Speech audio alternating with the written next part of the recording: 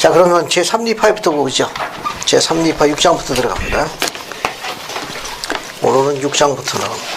자, 몰몬경의 제3리파 6장을 보십시오. 보통 일반적으로 이 몰몬경의 이제 흐름을 보게 되게 되면 이제 몰몬경의 비극의 주기라는 게 있어요. 몰몬경에 나오는 그 니파의 백성들의 비극의 주기 혹은 멸망의 주기라는 게 있는데 그 여러분 한번 주기를 한번 만들어 보세요. 여러분 그 유인물 여백에다가 몰몬경에 나타난 니파의 백성들의 비극의 주기, 멸망의 주기라는 게 있습니다. 한번 만들어 보십시오. 기본 실력으로 합니다.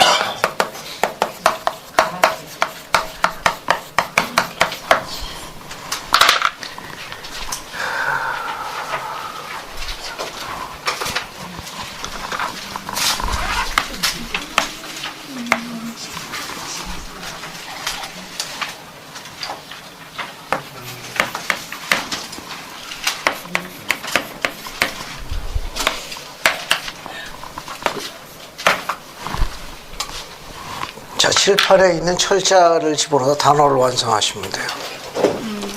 대략 이 사이클입니다. 대략.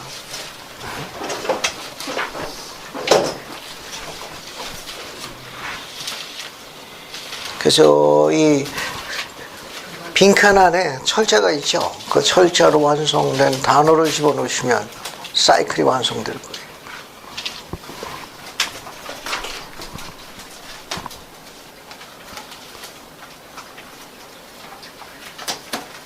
이 세카이드 계속 이 사이클이 돌아가는 거예요.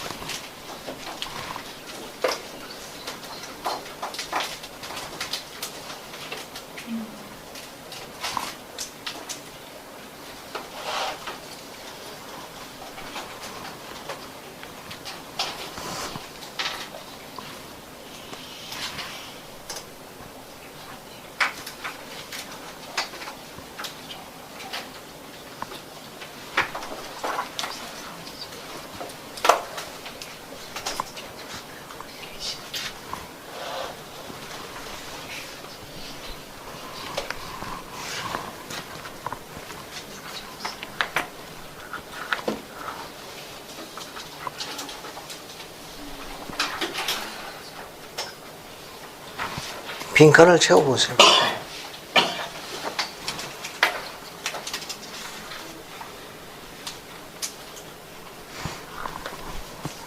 자, 그럼 1번부터 해볼까? 1번부터 이제 5번까지 이 사이클이 계속 되돌아가는 걸 제3리파 6장부터 공부할 겁니다. 자, 1번 빈칸에 뭐가 들어갑니까?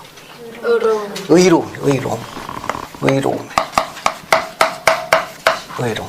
외로움이 아니고 의로움이야. 의로움. 복음 가운데에서 계명 가운데 충실히 생활함으로 의롭게 생활함으로 해가지고 번영하게 되는 계명을 시키면 시킬수록 축복하시는 거예요. 계속 번성합니다. 예, 번영합니다. 지나친 번영, 지나친 부, 지나친 부입니다. 지나친 부로 인해 가지고 뭐에 빠져들죠? 교만에 빠져듭니다. 교만에 빠져들면 어떻게 됩니까? 사악해져요. 사악해집니다. 자, 이렇게 교만해서 사악해지게 되면 어떻게 되죠?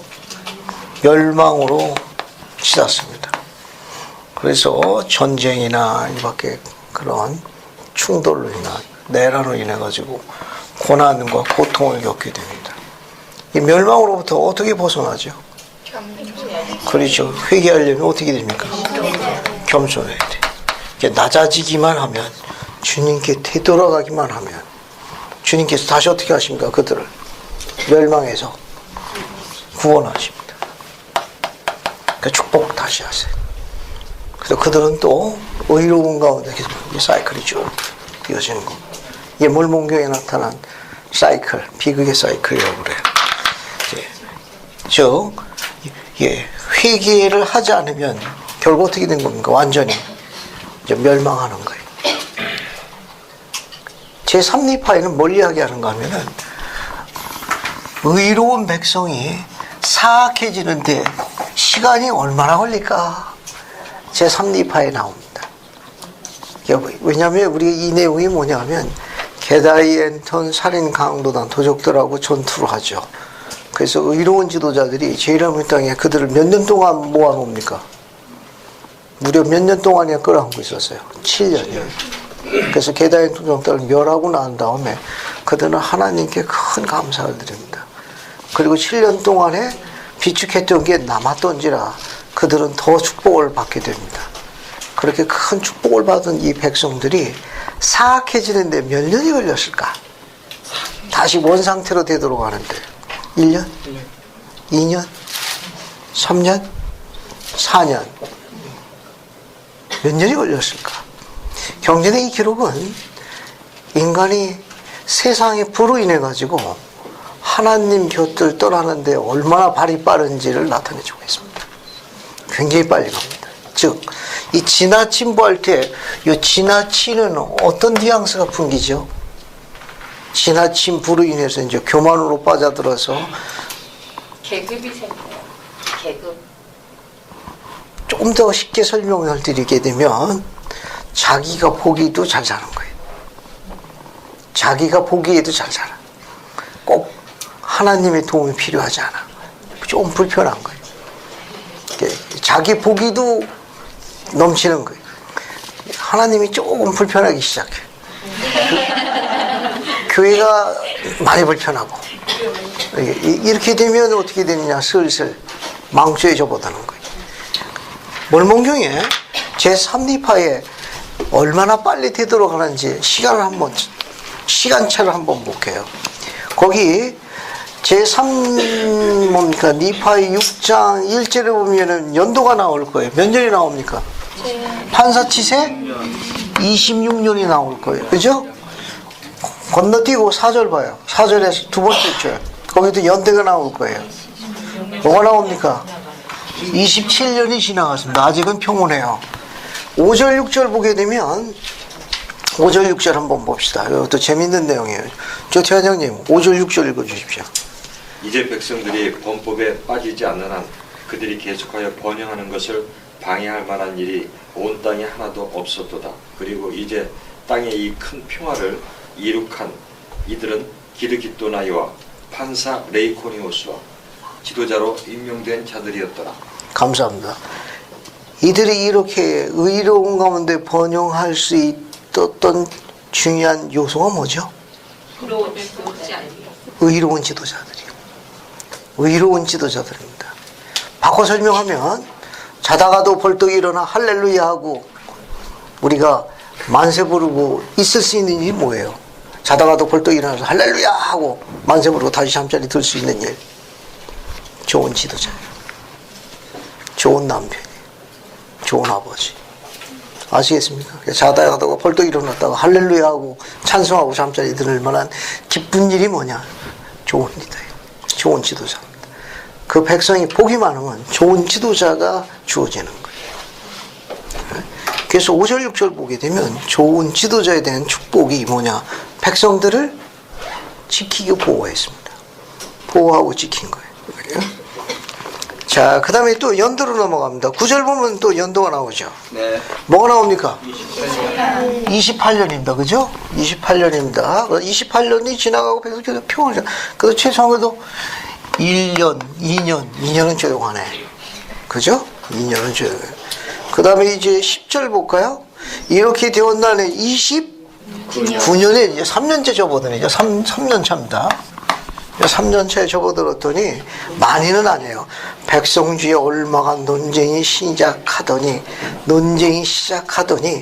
이 논쟁이 시작하면서부터 이제 다툼이 시작되고 분리되기 시작합니다. 어떤 이들이 그들의 뭐라고 되어 있어요? 심히 큰 부, 지나친 부로 인해서 자고하여 스스로를 높여 교만하며 자랑하게 이르렀고 큰 핍박하게 이르렀더라. 분리되기 시작했습니다. 자, 또 보세요. 또 거기 보게 되면 우선 연도를 보는 게 낫겠네요. 그죠? 그 연도를 보는 게 낫겠네요. 거기 보면 29년에는 문제가 서서히 자라나기 시작했죠? 네. 그죠? 3년차 17절 봐요. 17절. 거기 몇 년이 나옵니까? 30년이 이제 4년째 접어드래. 거기 봐요. 그래서 17, 17절만 읽어봅시다. 17, 18 두 절 읽는 게 낫겠네. 안혜숙 자매님 두 절 읽어봐요. 17절, 18절.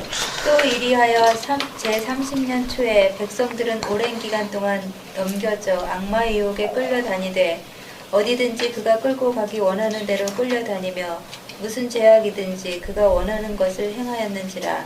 이러므로 이 제30년 초에 그들은 심히 간악한 상태에 처해 있었더라. 이제 그들은 무지한 가운데 죄를 범한 것이 아니었으니 이는 그들에 관한 하나님의 뜻을 그들이 알았음이라. 이는 그것이 그들에게 가르쳐졌었음이니 그러므로 그들이 고의로 하나님을 거역한 것이었더라. 감사합니다. 그러면 의로운 상태에 있던 하나님의 백성들이 하나님 곁을 떨어져나가 세상으로 돌아가는데 불과 몇 년 걸렸습니까? 최소 4년이에요. 따라서 개심해서 개종한 다음에 최소 몇 년을 머물러야 합니까? 4년은 버텨야 돼요.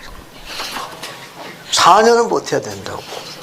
이 몰몬경의 이 숫자는 다른 데 다 적용되는 건 아니지만 비극의 주기로 볼 적에 의로운 백성이 세상의 부로 인해 가지고 세상 것으로 인해 가지고 세상 것을 탐닉하기 시작할 때 얼만큼 빨리 세상으로 돌아가느냐, 채 4년이 안 걸렸습니다. 그러니까 새카맣게 잊어버린 거예요. 하나님의 크신 구원의 손길을 그냥 새카맣게 잊어버린 거예요. 그 불과 채 4년이 안 걸렸습니다. 그럼 여기서 우리가 또 들여다볼 필요성이 있습니다.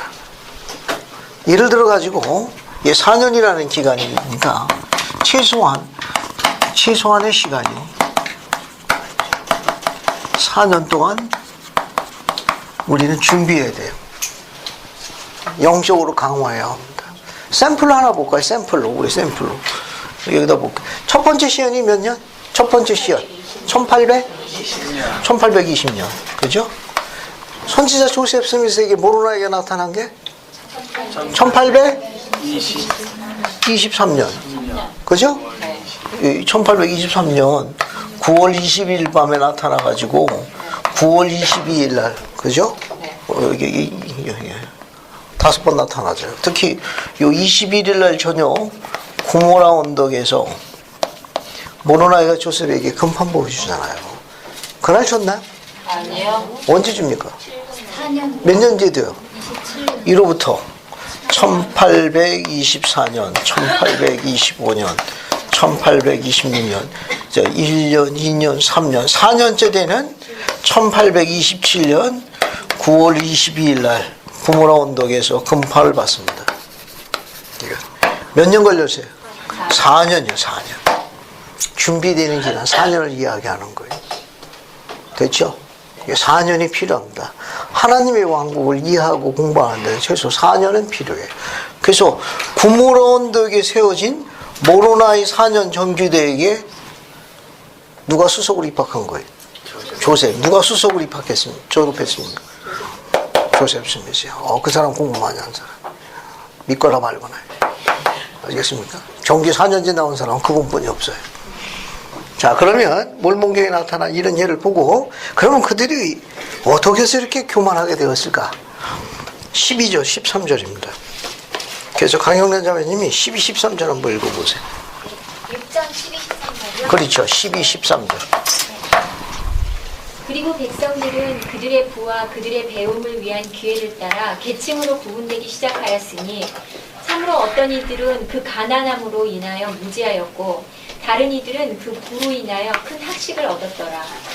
어떤 이들은 교만 중에 자고하였고 다른 이들은 심히 겸손하였으며 어떤 이들은 욕을 욕으로 갚는 한편 다른 이들은 욕과 핍박과 온갖 고난을 받되 돌이켜 다시 욕하려 하지 아니하고 도리어 하나님 앞에 겸손하며 뉘우치는 마음으로 행하였더라. 감사합니다. 이 백성들이 왜 이렇게 구분되기 시작했죠?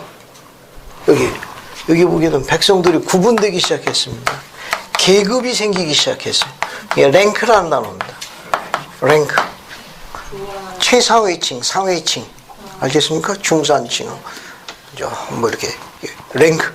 최하층. 이렇게 랭크가 생겼어요. 그럼 뭐 때문에 이렇게 생겼습니까? 그렇죠. 부. 여기 보면 이 백성들이 그들의 부입니다. 이 부가 지나친 부로 인해 가지고 뭐가 주어졌어요? 백성들끼리 찬스, 기회가 주어졌습니다. 어떤 기회? 배움의 기회가 주어진 거예요. 예, 이 부가 많은 자는 배움에 대한 찬스가 많아가지고 결국 더 많은 수익을 창출한 거예요. 그로 인해 가지고 어떻게 됐습니까? 계급이 생긴 거예요.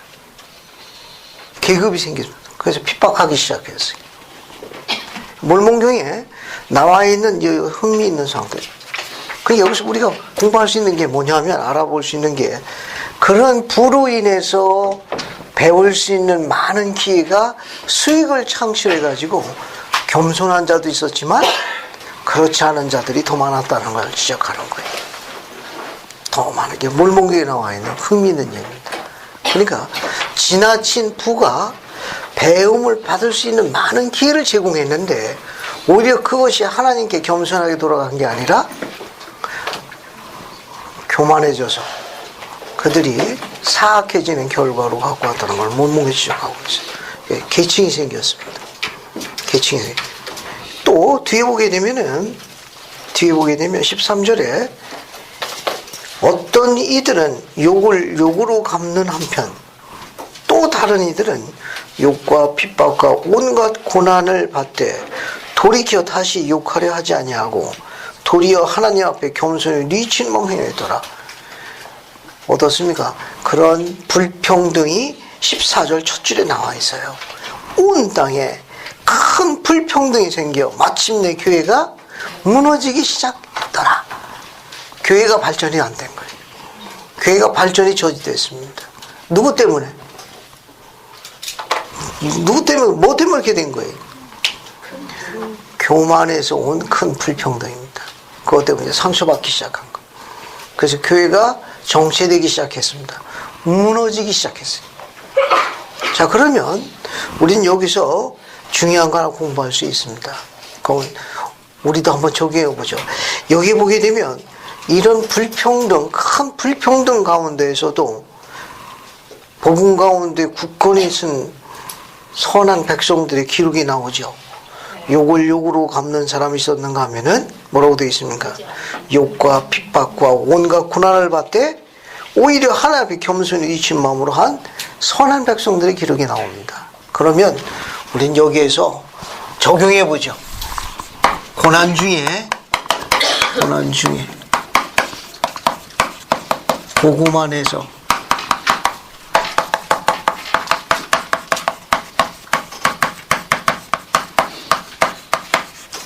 다섯 가지 원리를 찾아보죠. 여기 물문경이 나와 있는 것처럼. 왜냐면 그런 불평등이 있을 적에 어떻게 선택하느냐에 따라 가지고 결과가 달라졌거든. 그럼 우리도 고난 중에 복음 안에서 굳게 서는 5가지 원리를 찾아보죠. 5가지를. 그래서 교리야 성약 31편 9절, 여기도 31편 9절, 31편 9절에 3개가 나옵니다. 31편, 여기가 12절, 31편 13절에 이렇게 나오니까 경전을 찾아가지고 하나씩 적어봐요.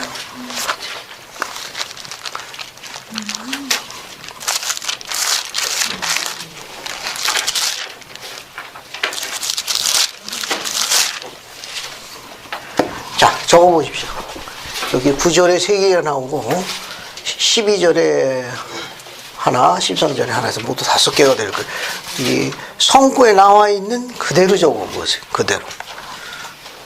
고난 중에 복음 안에서 굳게 서는 강화되는 5가지 원리가 교리야성에 이렇게 게시되어 있습니다. 그래서 한번 경전에 나와 있는 그대로 한번 적어보세요. 그대로.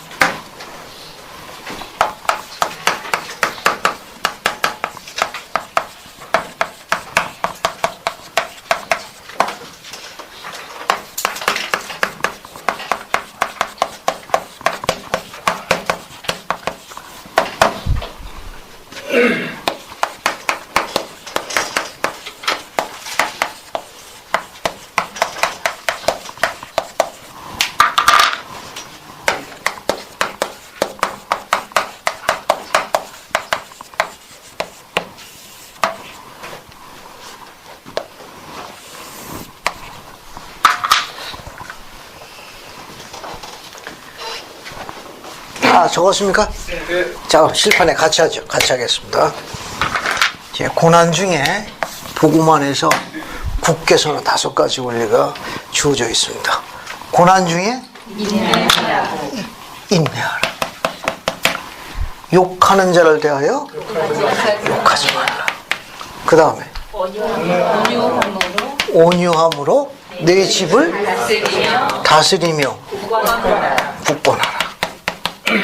유혹에 들어 내 상을 잃지 않도록 항상 기도하라. 항상 기도하라.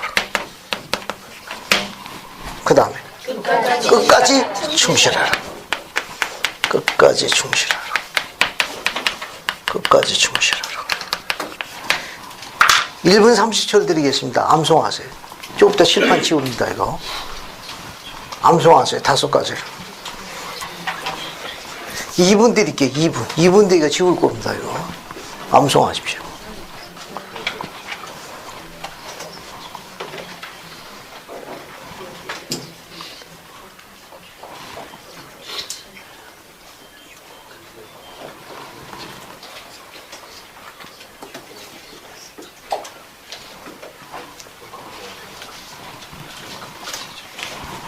치매 예방에 도움이 되니까 암송하세요. 치매 예방에 도움되는 거예요.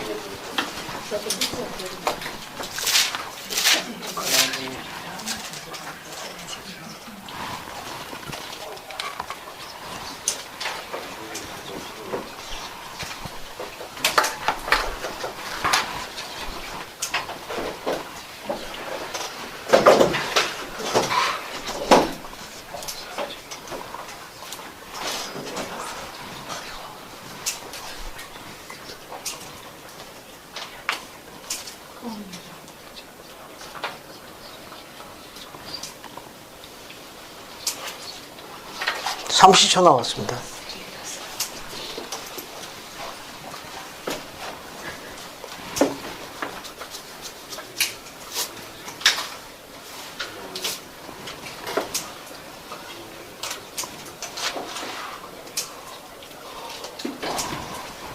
땡! 여기 보세요. 땡! 여기 보세요. 자, 여기 보십시오. 자, 따라서죠. 고난 중에 인내하라.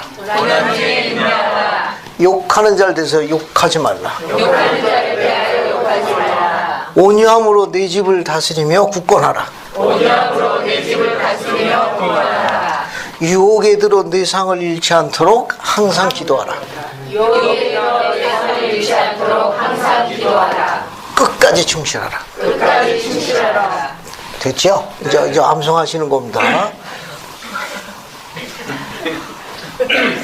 걔도 친절을 베푸는 거예요. 자, 첫 번째 뭐죠? 고난 중에 인내하라. 두 번째는 나를 거짓말하라. 세 번째는 온유함으로 집을 다스리며 굳건하라. 네 번째는 기도하라. 다섯 번째 끝까지 충실하라. 고난 중에 인내하라. 인내가 뭡니까? 아니, 그래야 인내를 하죠. 아, 지금 고난 중에서 인내하라고 그랬는데 인내를 안 해야 인내를 하지. 고난 중에 인내하라고 그랬는데 어떻게 하는 게 인내하는 겁니까? 주님의 뜻을 따르는 것. 나의 감사합니다. 한마디로 요약해가지고 참고 견디고 기도하리라, 이런 요소가 다 포함되어 있는 거예요. 그런데 때로는 앞에 나와 있는 이 고난이라는 단어가 어떤 단어인가 하면, 내가 내 자신을 알고 있는 것보다 내 자신을 더 잘 아시는 그분이 내가 더 성장할 때가 됐다고 혹독한 교사가 될 때 움직이는 프로그램이 고난이에요. 아시겠습니까? 그건 그분의 뜻입니다. 우리의 뜻이 아니라 그분의 뜻에 더 성장하기를 원하는 때가 있어요. 그분의 뜻에 의해 가지고. 그래서 절 보세요. 요즘에 이제 산딸이 빠져가지고 배가 바지가 내려가네. 지난 학기에 구박을 많이 받았는데. 예, 내가 내 자신을 알고 있는 것보다 내 자신을 더 잘 아시는 그분이 더 성장과 발전을 위해 가지고 그분이 혹독한 교사가 될 때, 그때가 고난이, 그때가 시련이. 그분이 혹독한 교사가 되어 성장과 진보를 위한 프로그램을 작동할 적에, 그때 우리를 택한 거예요. 그게 고난과 시련의 역경의 정의예요. 이해하셨죠? 그래서 인내라는 건, 그 프로그램이 움직일 때 인내라는 건 주님의 뜻에 따르라는 거예요. 내 뜻에 따르는 게 아니라 주님의 뜻에 따른다는 건 누구 시간표를 따르라는 거죠? 주님의 시간표에 따르라는 겁니다. 그래서 지금 그분이 설명을 안 해줘. 그분이 설명을 안 해줍니다. 우리는 후에 올 설명을 기다리는 수밖에 없어요. 그것을 뭐라 하느냐? 우리가 보통 인내라 해. 인내라는 건 주님의 뜻에 따라 주님의 시간표에 순종하는 자세를 인내라 합니다. 그러면 내가 내 자신을 알고 있는 것보다 내 자신을 더 잘 아시는 전능하신 이께서 혹독한 교사가 되는 프로그램을 우리가 뭐라고 정의한다? 역경이라고 정의하는 거예요. 그래서 역경 중에, 고난 중에 뭐라고 그랬지? 인내하라고 그러는 거예요. 됐죠? 실현 역경이 고통을 갖고 와서 우리를 아프게 하는 건 사실이지만 그게 꼭 형벌만은 안 해. 진보의 하나의 계획이 될 수 있습니다.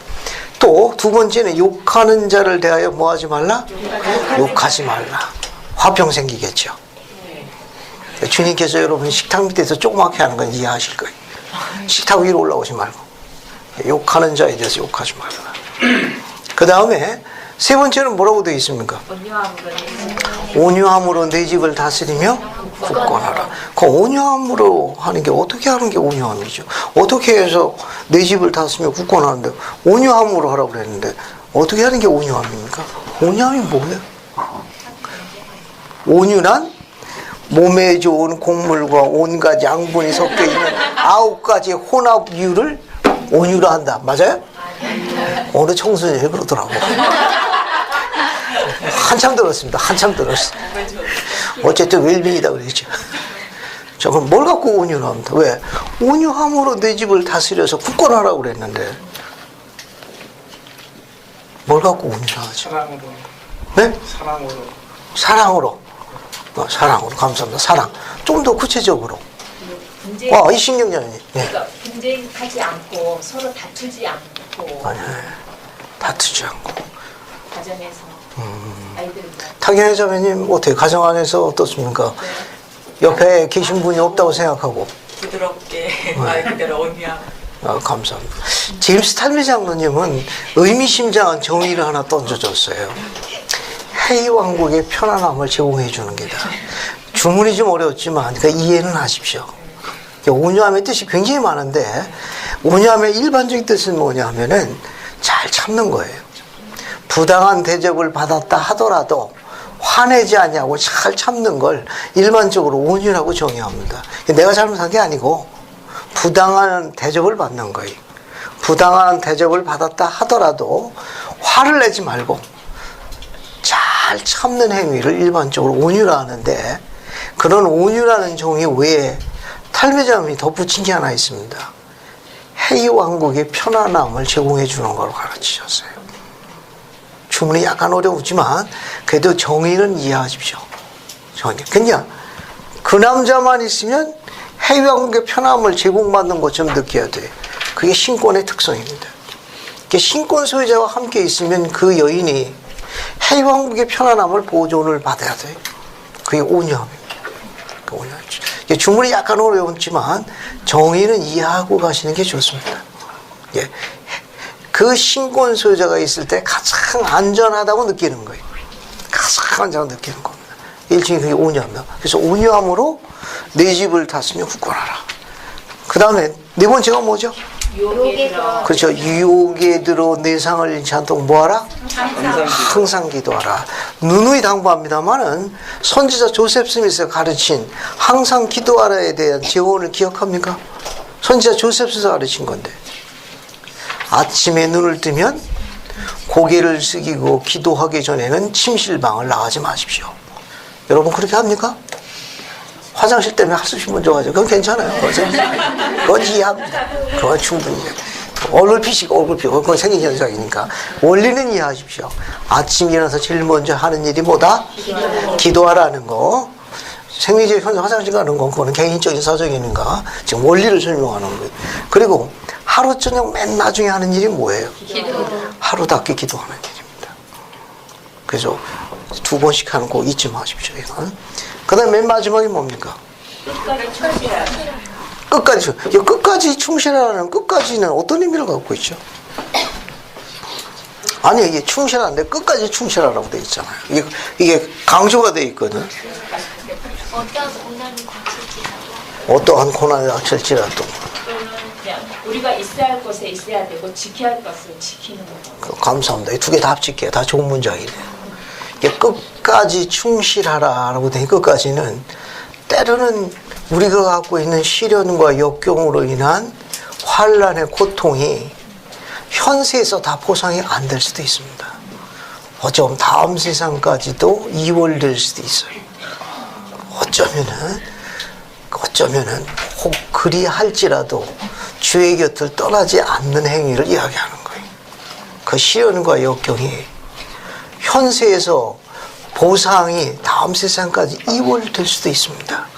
그분께서 보상을 현세에서 아니하실지라도 주 곁을 떠나지 않는 행위를 뭐라고 한다? 끝까지라고 해요. 끝까지. 도움이 되셨으면 좋겠습니다. 그리고 이 끝까지라는 의미는 그런 의미도 있고 복음 견지에서 볼 적에는 우리가 지금 가르치는 이 복음이 있죠. 이 복음이 24시간 우리 가정을 다 다스릴 때까지도 끝까지. 왜냐하면 그 복음이 복음대로 생활하는 것이 일부만 적용이 되고 일부는 적용이 안 되거든. 이게 24시간 복음이 그냥 쫙 스며들 수 있도록 생활하는 것도 끝까지 그런 의미도 있습니다. 그러니까 복음이나 우리 지도자나 순자신 말씀 중에 내 뜻하고 맞는 것만 이렇게 취사 선택하는 게 아니고 그걸 그대로 다 흡수하는 거예요. 그걸 그대로 다 24시간 신앙을 행사하는 행위를 그렇게 될 때까지를 끝까지라고 높던 정이에요. 아름다운 정이니까 요 5가지 자주 기억하십시오. 혹시 욕하는 자가 있으면 어떡합니까? 욕하지 말라고 그랬으니까 이거 복 받을 거예요. 어쨌든 근데 네 번째요. 그 내상을 잃지 않도록 이런 말이 있는데요. 네. 그 내상을 잃지 않는다는 게 어떤 의미예요? 혹시 도와주실 분 있습니까? 강민호 자매님이 이야기한 거. 유혹에 들어 내상을 잃지 않도록. 어려운 건 아닌데. 이준경 자매님, 뭐 생각나는 거 없습니까? 유혹에 들어 내상을 잃지 않도록에 대해서. 우리가 아까 멀먹게 눌렀잖아요. 왜냐면 내가 가지고 있는 축복들이 있어요. 주님으로부터 받을 수 있는 것들. 괜히 다른 사람하고 아니면 그 악마의 유혹 같은 거에 휩쓸려서 그렇게 하다 보면 그러한 것들이 이제 그러한 내가 받을 수 있는 목에서 떨어져 나가는 거죠. 그걸 어김으로 인해서. 그래서 감사합니다. 역으로 설명해야 돼요. 설명을 잘 해주셨는데. 지금 강자매님이 이야기한 질문에 대해 가지고 유혹에 들어 내상을 잃은 채로 항상 기도하라. 지금 아침 저녁 2번씩 개인 기도하라고 이야기했죠. 강자매님 편하게 얼굴 피고 바로 피고. 그러면 하루에 2번씩 기도하는 걸 소홀히 하는 이유가 왜 소홀히 하게 됩니까? 감사함을 모를 때. 감사할 것이 없을 경우에 개인 기도에 실패합니다. 우리가 아침 저녁으로 기도하는 것을 소홀히 하게 되면 감사를 잊어버려요. 이게 아침 저녁 개인 기도를 열심히 한다는 건 그가 하나님께 감사드릴 많은 거니까 하나님께서 상을 더 줄 수밖에 없어요. 더 줄 수밖에 없습니다. 더 영을 느끼게 돼 있어요. 근데 아침 저녁 기도를 소홀히 하는 건 뭐냐? 감사드릴 게 없으니까 그만큼 세상에 젖어 있는 거예요. 그러니까 개인 기도의 실패는 감사의 결여에서 옵니다. 그래서 개인 기도를 강조하는 이유 중에 하나는 감사와 밀접한 관련이 있어요. 도움이 됐으면 좋겠습니다. 근데 그 기도도 이제 하는 건 좋은데 제가 본 적이 있는데 기도를 의식적으로 하지 마라. 그러나 주님께서 안 봐준다고 하시더라고요. 그러니까는 기도할 때 그 내가 이 명과 마음을 다해서 하는 기도가 돼야 되지 의식적으로 하는 그게 만약 마치적으로 해야 된다는 의식하지 말라. 하지 말라. 감사합니다. 누누이 당부드립니다만은 아침 저녁으로 하루에 2번씩만 하는 기도를 청소년들에게 가르쳐 줄 수 있으면 100명 중에 1명도 안 읽습니다. 우리 청소년들을 교회에서 잊어버리는 이유 중에 하나는 개인 기도의 실패예요. 우리 청소년들이 아침 저녁 2번씩만 기도하는 걸 부모나 교회 지도자들이 도와줄 수만 있으면 100명 중에 1명도 안 읽습니다. 그들을 잊는 이유는 기도의 실패입니다. 우리 자녀를 복음 가운데 잊어버린 이유는 기도의 실패예요. 그 자녀들이 개인 기도에 실패하는 건 교회 회원인 부모가 가족 기도에서 실패하기 때문에 그렇습니다. 부모가 가족 기도를 하는 모범을 보이면 자녀들도 무릎 꿇는 걸 배우는데 부모가 무릎을 꿇지 않으니까 자녀도 무릎을 꿇지 않는 거예요. 그와 밀접한 관련이 있습니다. 상을 잃게 됩니다. 하늘에서 예비된 큰 상을 잃게 된다. 뒤에 또 공부하니까 뒤에서 보도록 하죠. 자, 이제 쭉 넘어갑시다. 그 정도 보시고요. 7장 8절로 갑시다. 이제 사악해지는 상태를 볼게요. 여기 7장 8절 한번 볼게요. 사악해진 상태 어느 정도 가는지 경전의 표현을 한번 봅시다. 즉 의로웠던 백성이 사악해짐으로 갈 적에 어떻게 되느냐, 경전의 글을 보겠습니다. 이종훈 자매님, 제3리파의 7장 8절 한번 읽어봐요. 이리하여 6년이 지나지 아니하여 대부분의 백성이 그들의 의로움에서 돌아섰으니 그가 그 토하였던 것에 돌아간 같이 또는 부지가 진흙탕에 돌아가 뒹군같이 되더라. 감사합니다. 그 표현이 참 재밌죠. 대부분의 백성이 그들의 의로움에서 돌아섰습니다. 등을 돌린 거예요. 돌아섰는데, 즉 그리스의 복음 가운데 충실했던 자들이 세상의 더러움에 빠진 상태를 경전의 저자가 비유한 표현은 개가 그 토하였던 곳에 돌아간 같이, 또 돼지가 진흙탕에 돌아간 같이 뒹굴었더라 라고 표현했습니다. 그러니까 의로웠던 자가 세상의 더러움에 빠지는 걸 경전의 저자는 뭐라고 표현했느냐? 표현을 용서해 주십시오. 이 표현을. 개가 토한 걸 개가 다시 앓는 거예요. 또 돼지가 진흙탕에서 목욕시켰는데 거기서 다시 또 뒹구는 거예요. 이게 의로웠던 자가 세상의 더러움에 빠지는 상태를 주께서 당신의 종에게 기록을 하는 겁니다. 개가 토한 것과 같고 그걸 다시 핥는 것 같고 진흙탕에 뒹구는 것 같으니라 라고 그분께서 책망하셨습니다. 결국 이 말은 뭐냐 하면은 복음을 모르는 자보다 더 사악해지고 강박해진다 그런 말이에요. 야, 복음을 한때 알았다가 복음 가운데 떨어져 나간 자들이 훨씬 더 강박해진다는 걸 경전이 기록하고 있는 겁니다. 그러면 이제 쭉 넘어가 가지고 15절 봅시다. 15절 보세요. 15절 보고 18절 그 다음에 20절 한번 볼게요. 이것도 재밌습니다. 여기 보면은 이 시련의 시기에 의로운 지도자가 베푸는 영향력에 대해서 설명하고 있어요.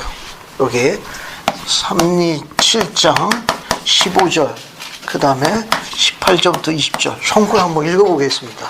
이 성구도 재미있어요. 그래서 한번 읽어봅시다. 우선 15절 한번 읽어볼까요? 이세진 자매님 한번 읽어봐요. 15절. 이제 백성들의 이 죄악의 까닭은 이것이었으니 7장 15절. 7장 15절요.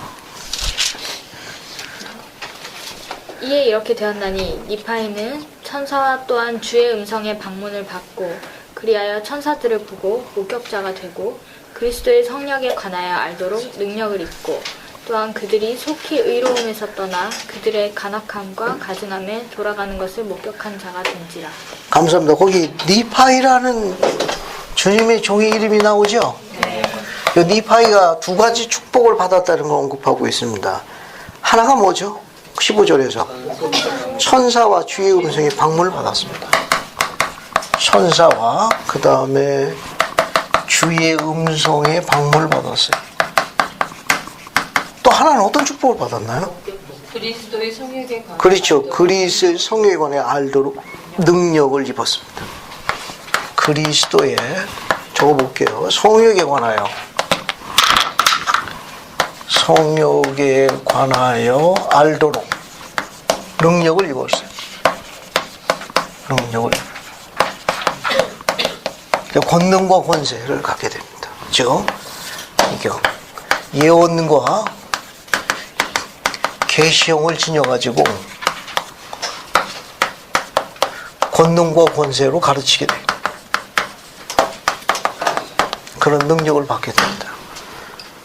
그럼 여기 나와 있는 니파이는 구체적으로 어떤 니파인지 족보를 한번 찾아볼게요. 이 계보를 한번 찾아봅시다. 엘마 1세부터 시작할게요. 엘마 1세부터 엘마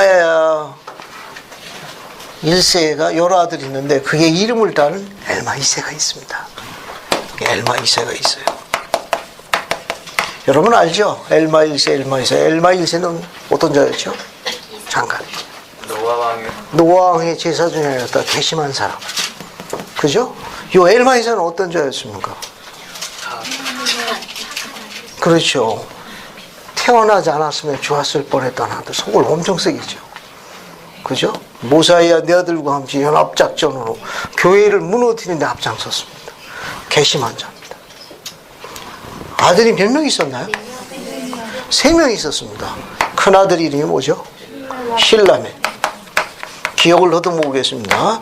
둘째 아들 이름이 뭐예요? 시블론. 막내가 코리엔토. 자, 힐라멘의 아들이 누굽니까? 힐라멘이. 이게 힐라멘 1세가 되죠. 그리고 2세가 되고. 힐라멘은 아들이 몇 명 있었어요? 니파이 니하이.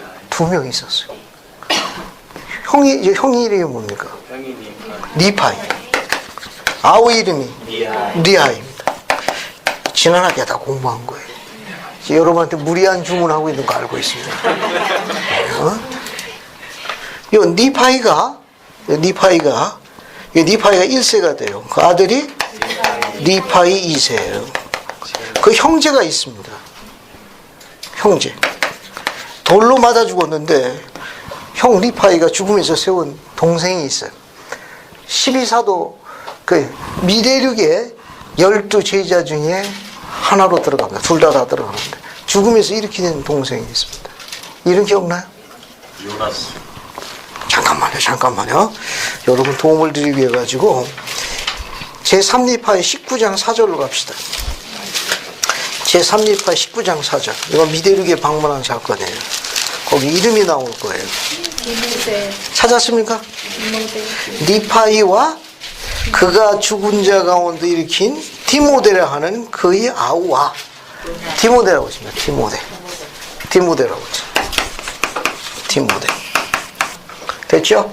그러면 칠판 보세요. 제3니파의 7장 15절에 있는 니파이는 여기 도표에 계보에 나와 있는 누굴 이야기합니까? 니파이 2세를 이야기하는 거예요. 여기를 이야기해요. 됐죠? 지금 제3니파의 7장 15절에 니파이가 2가지 축복을 갖고 있었잖아요. 그죠? 천사와 주의 음성에 방문을 받았고 그리스의 성령에 관해 알도록 능력을 입었습니다. 그 니파이는 누구냐? 여기 있는 니파이 2세를 이야기하는 거예요. 이렇게 혈통상으로 보게 되면 주목할 점이 하나 있습니다.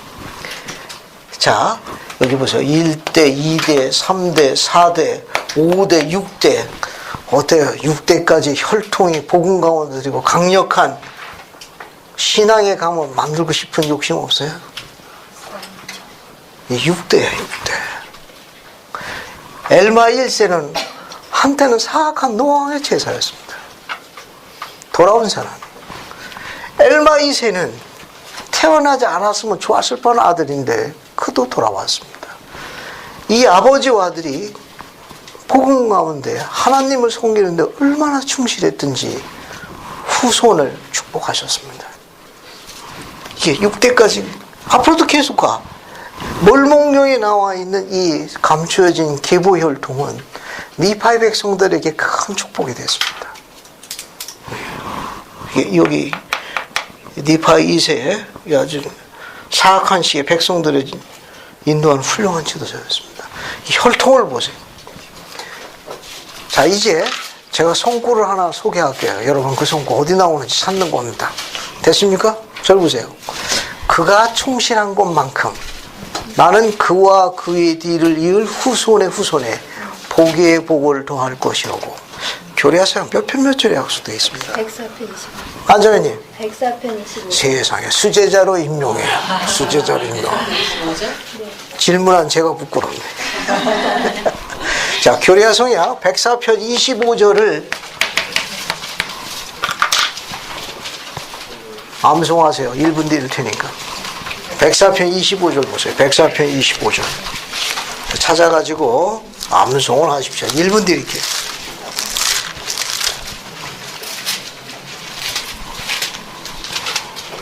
백사편 25절입니다.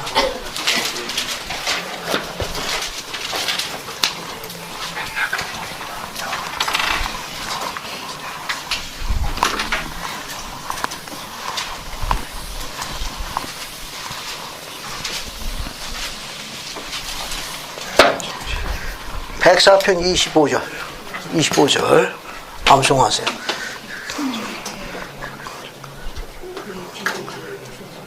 치매를 예방하기 위해서 10초를 더 드리겠습니다.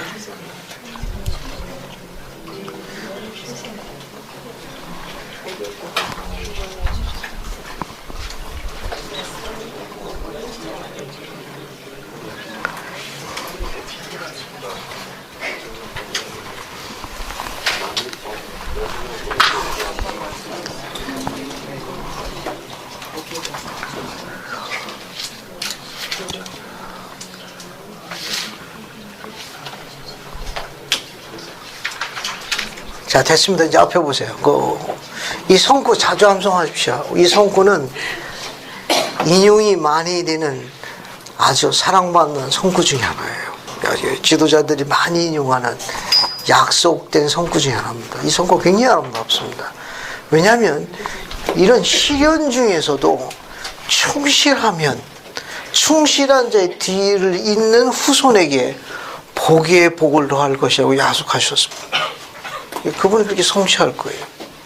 그러니까 이 말은 뭐냐면 주님께서 의로운 자의 혈통을 정확하게 설명하기 그렇지만 유전인 자에 담아가지고 보낸 거예요. 그러니까 아버지 엘마 1세의 굳건함, 충실함, 뭐 여기는 뭐 신라면의 이천용사니까 뭐 말할 것도 없이 뭐 용감함, 이런 요소들이 에키스가 모여가지고 니파이 2세가 세상에 온 거예요. 그러니까 세상에 그렇게 사악해도 조상부터 물러받은 그 유전 혈통이 몸 안에 믹서가 되어 있는 겁니다. 굳건함, 충실함, 잡초처럼 일어섬, 꼼짝안함, 이걸 아무리 해도 온유함으로 씨구슴, 이상한 사람, 뭐 이런 혈통이 몸에 배서 나오는 거예요. 그래서 백성을 인도한 거예요. 이게 그냥 우연히 이루어지는 게 아닙니다. 결국 이 말은 뭐냐 하면은, 이 말은 후계 성도인 우리가 여기 있는 건 앞선 조상 몇 대가 될지는 모르지만 최소한 여러 대 걸쳐 공덕을 쌓은 의로운 조상이 우리 혈통에 있는 거예요. 그래서 우리가 여기 있는 거예요. 그냥 우리가 여기 우연히 그냥 내가 이뻐가지고 여기 온 게 아니고, 그건 아니고, 뭔지는 모르지만 내 손대에 공덕을 많이 베푼 의로운 조상이 있는 것만 확실합니다. 그것에 의해서 우리가 여기 와가지고 역사적 사명을 이 땅에 태어난 거예요. 국민교육 현장이지. 그 초등학교 때 그거 외우느라고 엄청 고생했고.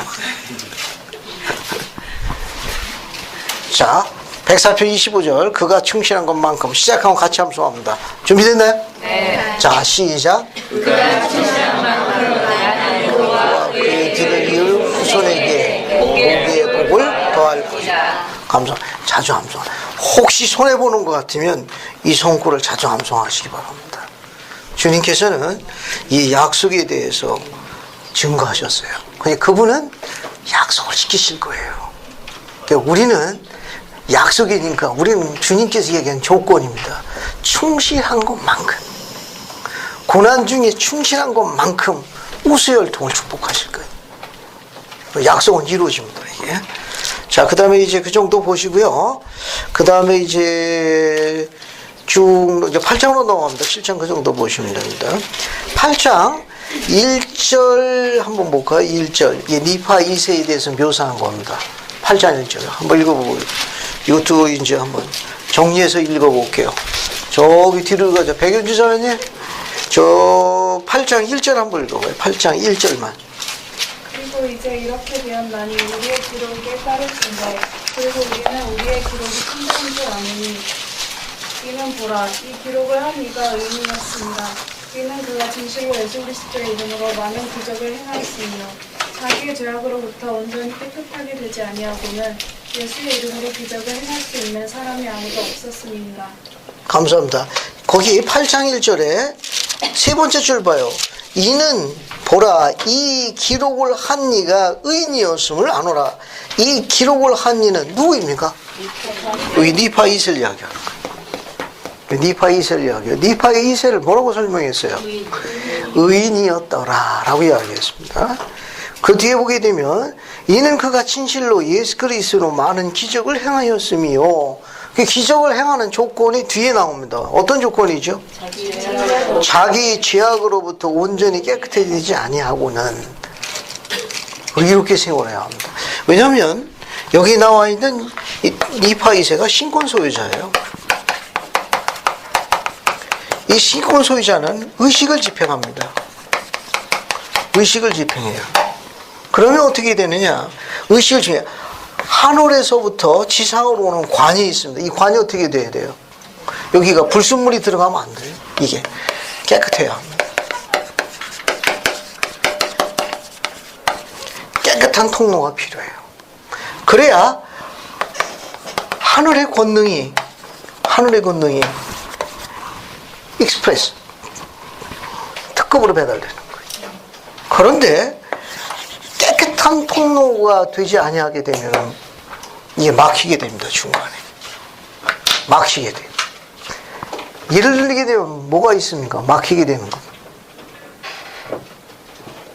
이 신권 소유자가 이렇게 되니까 막히는 경우는 어느 경우에 막히게 되죠? 합당한 생활을 하지 않는 경우예요.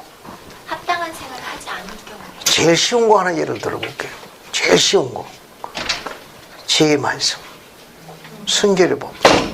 이와 같은 거 하게 되면 이게 통제됩니다. 신권의 의식을 집행하는데 이게 권능의 축복이 함께 안 해요. 아시겠습니까? 예를 들어가지고 적절한 예가 될지 잘 모르겠는데 이제 나중에 이제 가정을 갖게 되게 되면 이제 자녀가 아픈 경우가 있어요. 그럼 아이에게 아버지가 이제 병자 축복을 하게 되거든.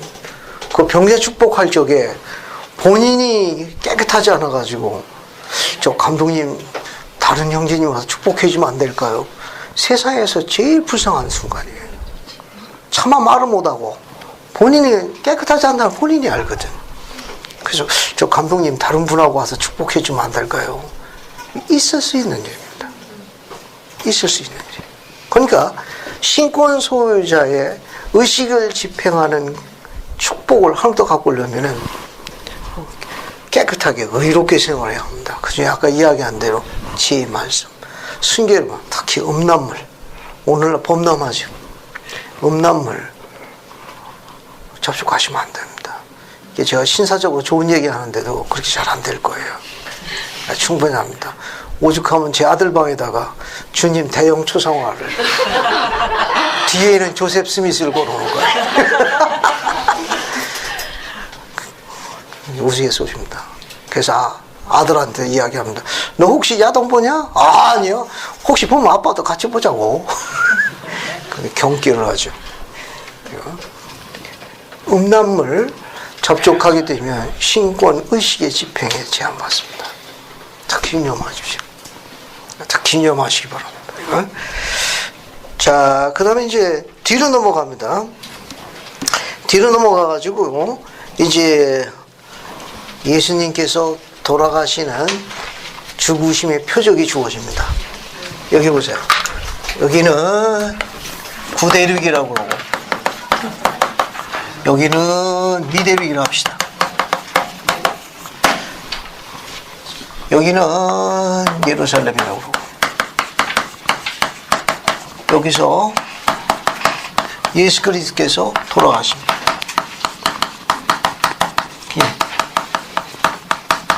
십자가에 숨져 달려서 속죄하시게 되죠. 그러면 동시대에 미대륙에서는 예수님께서 돌아가시는 걸 어떻게 니파의 백성들에게 알려졌죠? 표적으로, 돌아가심의 표적으로 알려졌습니다.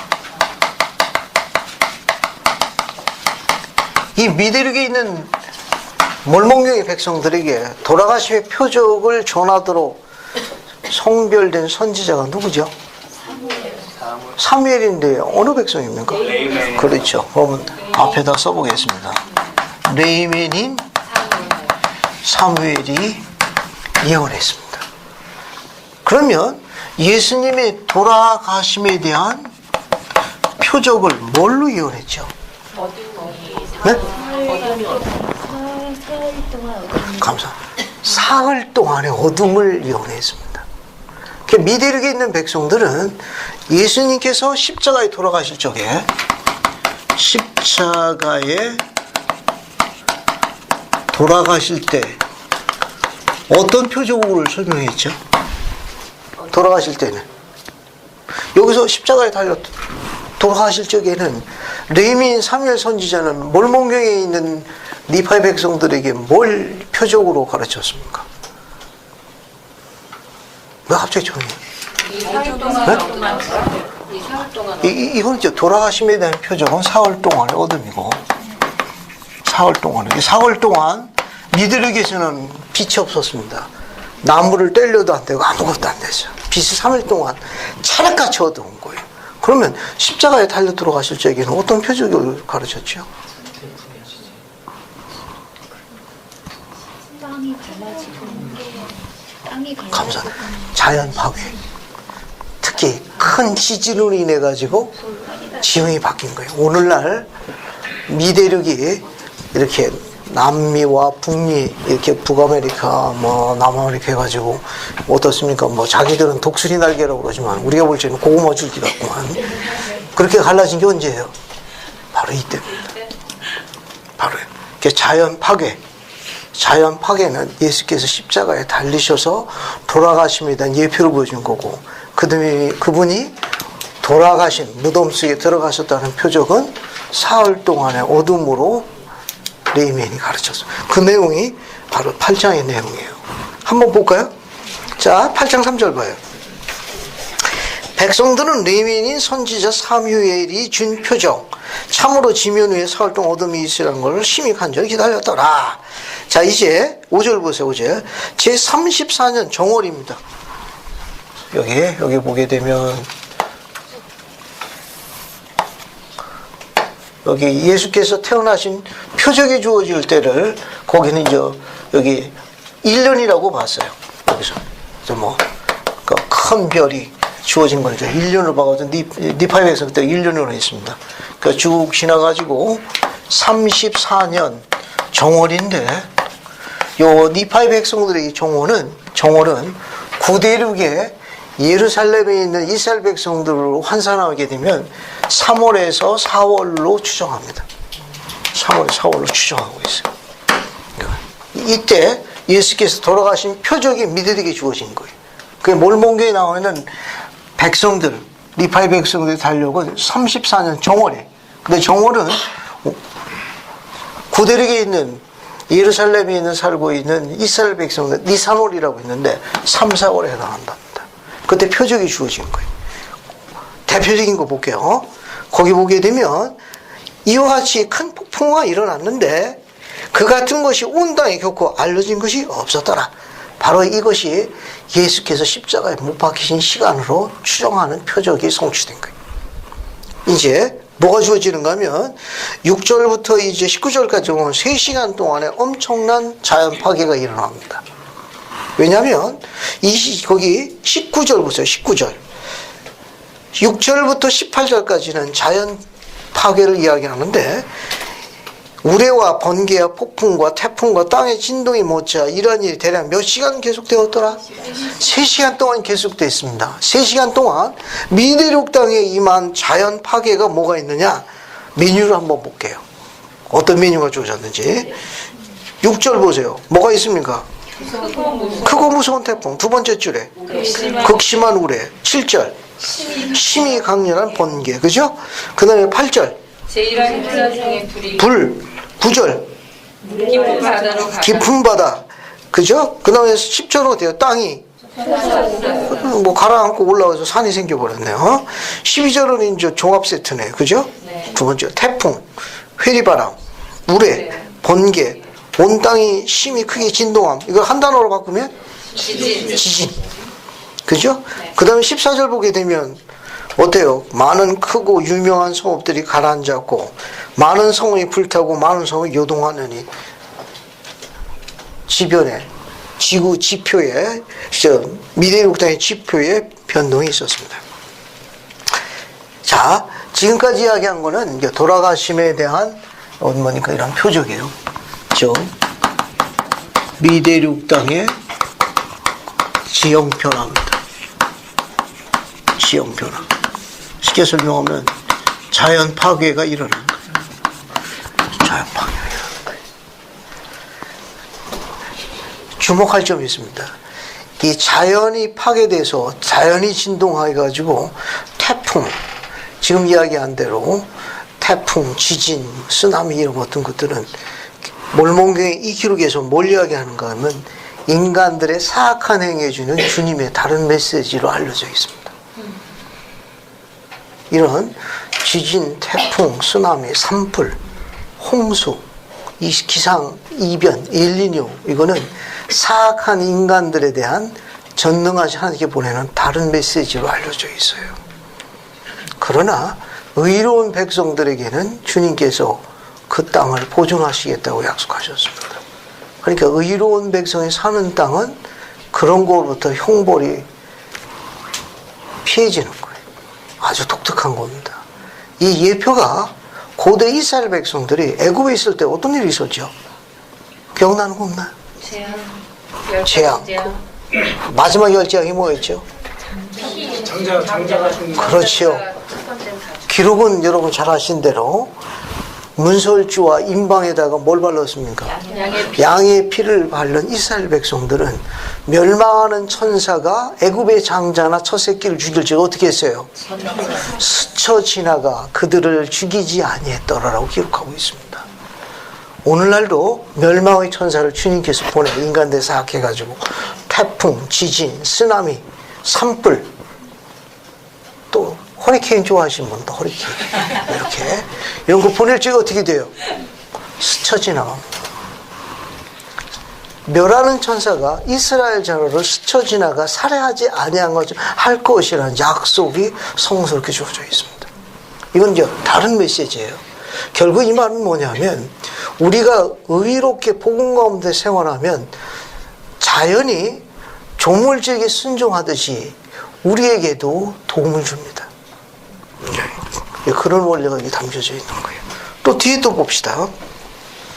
이제 예수님께서 돌아가신 결정적인 게 20절부터 23절이에요. 됐습니까? 여기 20절부터 23절까지는 예수께서 돌아가신 표적을 확실하게 이제 이야기한 겁니다. 이거 한번 읽어볼게요. 20절부터 23절. 서영경 자매님, 20절부터 23절까지 한번 읽어봐요. 돌아가심에 대한 사흘 동안 어둠의 표적. 한번 읽어봐요. 이렇게 되어나니 원치면 팽팽한 어둠이 있어 그 주민들 중 쓰러지지 아니한 자들이 이 어둠의 안개를 느낄 수 있었으며 또 어둠으로 인하여 빛이 있을 수 없었으니 불꽃이나 횃불도 있을 수 없었고 그들의 부심이 마른 나무로도 불을 비출 수 없었나니 그리하여 전혀 아무 빛도 있을 수가 없었으며 또 아무 빛이 보이지 아니하여 불빛이나 희미한 빛도 희미한 달이나 별들도 보이지 아니하였으니 이는 지면에 있는 어둠의 안개가 그처럼 심하였음이더라. 또 이렇게 되어나니 빛이 보이지 아니하는 일이 사흘 동안 계속되매 참으로 모든 백성 가운데 크게 애국하는 일과 슬피 부르짖는 일과 우는 일이 그치지 아니하였나니 참으로 그들에게 임한 어정없은 멸망으로 인하여 백성들의 신음함이 컸다. 감사합니다. 여러분 그 성구를 쭉 보시게 되면 20절에 온 지면에 캄캄한 어둠이 있어. 그죠? 21절 맨 끝줄 봐요. 전혀 아무 빛도 있을 수 없었더라. 그죠?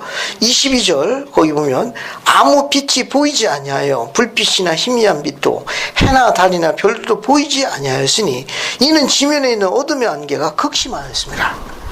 23절 빛이 보이지 않으니 사흘 동안 계속되었음에 미대륙에는 예수님이 돌아가신 표적으로 사흘 동안에 어둠이 주어졌습니다. 절 보세요.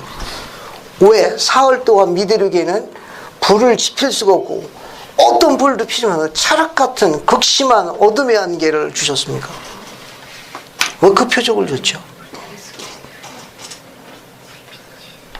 그리스도가 세상에 뭐라는 거야? 빛이라는 거예요. 우리가 그리스도를 섬기지 않으면 대낮 가운데 어디를 걷는 것 같다는 겁니까? 어둠을 걷는 자가 같다는 겁니다. 방향을 잃은 것 같다는 거예요. 그걸 가르치시려고 선제를 통해서 미대륙에는 사흘 동안의 어둠을 허락한 거예요. 우리가 그리스도를 따르지 않는 건, 섬기지 아니하는 건 대낮 가운데 어둠을 걷는 우매한 자와 같다는 예표로 하신 말씀입니다. 그래서 그분은 우리의 뭐가 되는 겁니까? 빛이 되시는 거예요. 우리의 참빛이 되시는 거예요. 이제 9장으로 넘어갑니다. 9장 이제 쭉 넘어가셔가지고 이제 예수께서 돌아가시면서 속죄의 희생을 이룹니다. 이제 돌아가시면서 속죄를 이루셔가지고 희생 번제가 어떻게 되죠? 동물의 희생 번제가 자, 이야 태초부터 있었던 동물의 피를 흘리는 희생 번제는 뭐의 예표였습니까? 이거는 그리스도의 속죄의 예표였어요. 그런데 돌아가시면 이게 성취되니까 어떻게 되니까 이제 이게 필요한가요? 이게 필요하지 않습니다. 그래서 주님께서는 다른 희생을 요구하셨습니다. 다른 희생을 요구한 게 뭐냐? 18, 19절에 있죠. 19절, 20절에 있어요. 여기 보세요. 9장. 여기 이거는 이제 요거는 9장 10절의 내용이고 19절이네. 9장 19절의 내용이고 다른 희생은 9장 20절의 내용이에요. 찾았습니까? 네. 거기 보세요. 너희는 더 이상 피를 흘리는 것을 내게 바치지 말지니라. 너희의 희생과 너희 희생 번제를 폐할지니 이는 내가 너희 희생과 너희 번제를 하나도 받아들이지 아니할 것이라. 그죠? 에밀레크가 또 지은 거 있습니다. 그 옆에다가 엘마서 34장 13절이라고 쓰세요. 에밀레크가 뭐라고 하셨나 한번 찾아볼게요. 그래서 엘마서 34장 13절을 갑니다. 엘마서 34장 13절.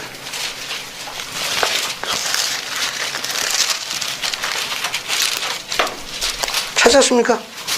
첫 줄만 봐요. 첫 줄만 봐요. 크고도 마지막이 되는 희생이 있어야 마땅하리니. 이게 뭐예요? 크고도 마지막이 되는 희생.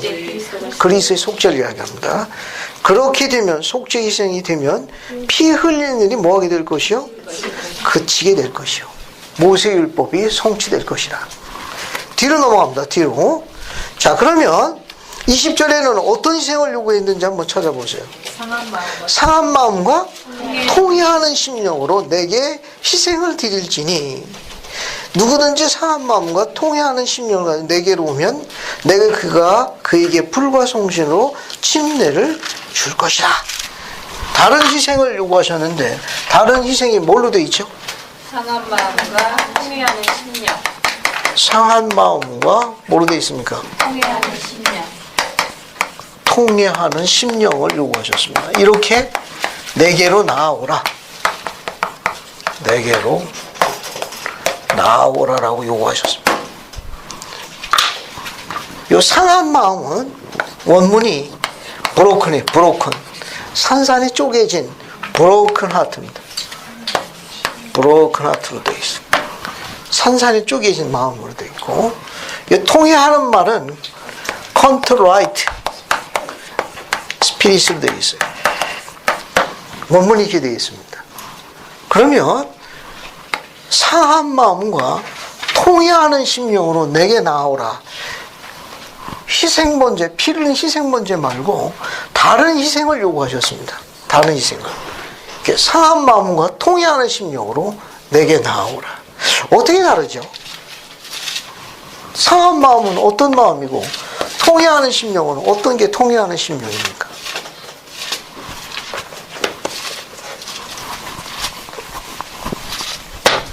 잘 보세요. 이 브로큰이라는 거는 산산이 쪼개지는 거예요. 언제 마음이 이렇게 찢어지게 아픕니까? 언제 이렇게 마음이 찢어지게 아프죠? 다들 마음이 강하시구만. 그리스도께서 나를 위해서 속죄하셨다는 감사합니다.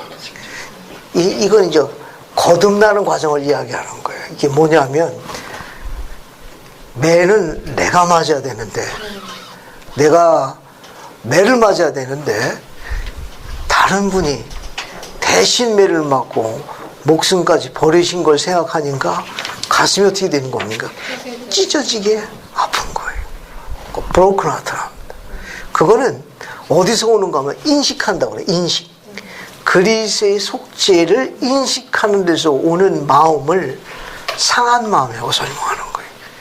그러니까 아무 죄가 없는 분이 나 때문에 매를 맞으시고 그분이 매를 맞으시고 십자가에 달려 돌아가신 것에서 고통받는 걸 생각하니까 가슴이 산산조각 나는 거예요. 그걸 브로큰 하트랍니다. 이건 뭐가 관련이 있는가 하면 이 상한 마음이라는 건 그리스도의 속죄와 관련이 있어요. 그리스도의 속죄를 인식하는 거예요. 인식하는 경험과 관련이 있습니다. 그때 이제 상한 마음을, 이것은 겸손을 가져다 주기 때문에 영이 임하기 시작해요. 영이 임하기 시작합니다. 이거 집에 가셔가지고 이제 좀 잡아 뜯어보세요. 브로커. 저 안 되면 이 브로커가 뭐냐면 그리스의 속죄를 인식하는 거예요. 아무 죄가 없는 분이 나를 구원하려고 대신 정죄받았다는 걸 생각하니까 가슴이 브로큰 되는 거예요. 깨지고 사서 쫑나는 거예요. 그리스의 속죄를 인식하는 개인적인 경험을 상한 마음이라 합니다. 이 상한 마음은 누구께 돌아가게 해주냐 하면 그리스도께로 돌아가게 해줘요. 낮아지게 해줍니까? 겸손하게 해주고 세상 걸 버리게 해줘요. 세상 걸 버리게 해줘가지고 그분이 원하는 대로 살아가게 되고 결심하게 됩니다. 그래서 그렇게 살지 못했던 지난 날을 애통하는 거예요.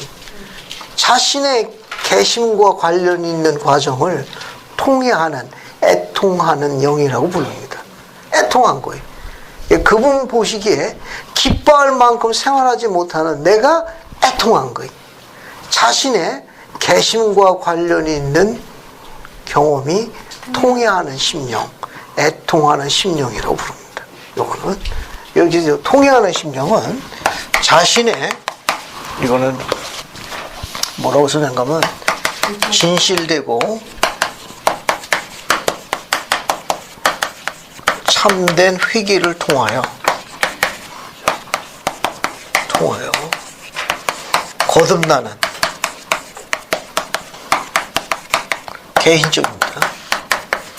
개인적인 개심 과정과 관련이 있어요. 개심 과정이 있어요. 따라서 상한 마음 하면 그리스의 속죄를 인식하는 것과 관련이 있다고 생각하고, 통회한다는 건 자신의 뭐와 개심 과정과 관련이 있다고 생각하면 돼요. 주님은 이 두 개를 얘기합니다. 이거는 개심은 지속적으로 매일 우리 생활에서 일어나야 합니다. 우리 생활에서 매일 일어나야 돼. 침 나갈 때 한 번만 개심하고 나는 그들은 안 개심이야. 그게 아니고 매일 개심해야 합니다. 매일 거듭나야 돼. 그런 영을 인도되는 걸 통해하는 심령이라고 해요. 주님이 요구하신 희생물이에요.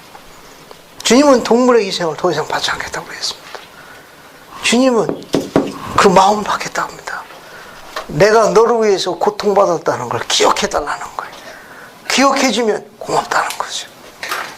그 대신 내가 너한테 요구하는 건 내가 너에게 가르친 그리스의 교리대로 살으라는 겁니다. 그렇게 살아서 내게 가까이 오는 거듭나는 과정을 희생으로 받겠다고, 지원을 받겠다고 약속하신 거예요. 그러면 내가 너를 축복하마. 그 말을 상한 마음과 통행하는 심령으로 나오라고 가르치신 거예요. 이 경전적인 이 단어를 용어 설명을 알면 훨씬 더 재미있어요. 이게 상한 마음은 뭐와 관련이 있다? 그리스 속죄와 관련이 있는 거예요. 통행하는 심령은 뭐와 관련이 있다? 개심과 관련이 있어요. 그러면 어떻게 되느냐? 우리가 계시형을 갖게 됩니다. 계시형을 갖게 되게 되면 성신을 통해 가지고 평온함을 맛봐요. 우리가 아무리 이 삶이 고난과 시련 가운데 있고, 때로는 내가 내 자신을 아는 것보다 내 자신을 더 잘 아시는 전능하신 분께서 혹독한 교사로 나를 역경의 프로그램을 돌릴 적에 계시를 하심합니다. 마음이 평온해져요. 그리고 그 부분이 그분께서 속죄하셔 십자가에 달리신 고통에 비하게 되면 이거는 찌고 갈 만한 아무것도 아니라는 위로를 얻게 됩니다. 또 그 과정을 통해 가지고 그분과 나 사이가 굉장히 친밀해집니다. 아주 가까워져요. 그러면 그 작은 음성을 듣게 됩니다. 창세기 전부터 너는 내 뜰 앞에서 내 앞에서 의로움을 증거한 충실한 자였단다. 너하고 나하고 보통 사이가 아니었어. 그래서 내가 너를 좋아하지. 그래서 내가 너를 택한 거야. 힘들고 그러겠지만 요번에 이 짐을 네가 지고 가야 되겠다. 너하고 나하고 그런 사이가 아니지 않니? 다른 사람한테 이거 시킬 수가 없어. 내가 너를 잘 아니까. 아주 친밀한 그런 개인적인 관계가 형성이 되고 이혼과 계시형을 공부하게 됩니다. 다른 과정으로는 그 경험하기가 어렵습니다. 그래서 그 과정을 경전에서는 상한 마음과 통해하는 심령으로 내게 희생을 바칠지니라고 이야기하신 거예요. 몰목이나 이 과정에 성공한 사람들이 그리스도의 영접을 받습니다. 이제 주님께서 미대를 방문하세요. 방문하셨을 적에 살아남아가지고 그분을 영접받은 백성을 공부합니다. 우리도 그리스도의 재림을 기다리고 있는 후기 성도들이에요. 우리도 살아남아가지고 그분을 영접하는 일입니다. 아시겠습니까? 그때 우리도 미대륙의 백성들이 바운티풀 성전에서 주님의 방문을 받았어요. 그분을 영접했습니다. 우리도 복천전의 아침에 그분을 영접하는 거예요. 그때 한 번도 빠지지 않길 바랍니다. 다 온전히 부활했는데 어머 기론장님 임반 부활하셨대. 자다가도 벌떡 일어나리. 이런 끔찍한 시연이 안 일어나기를 예수 그리스도로 간구합니다. 아멘.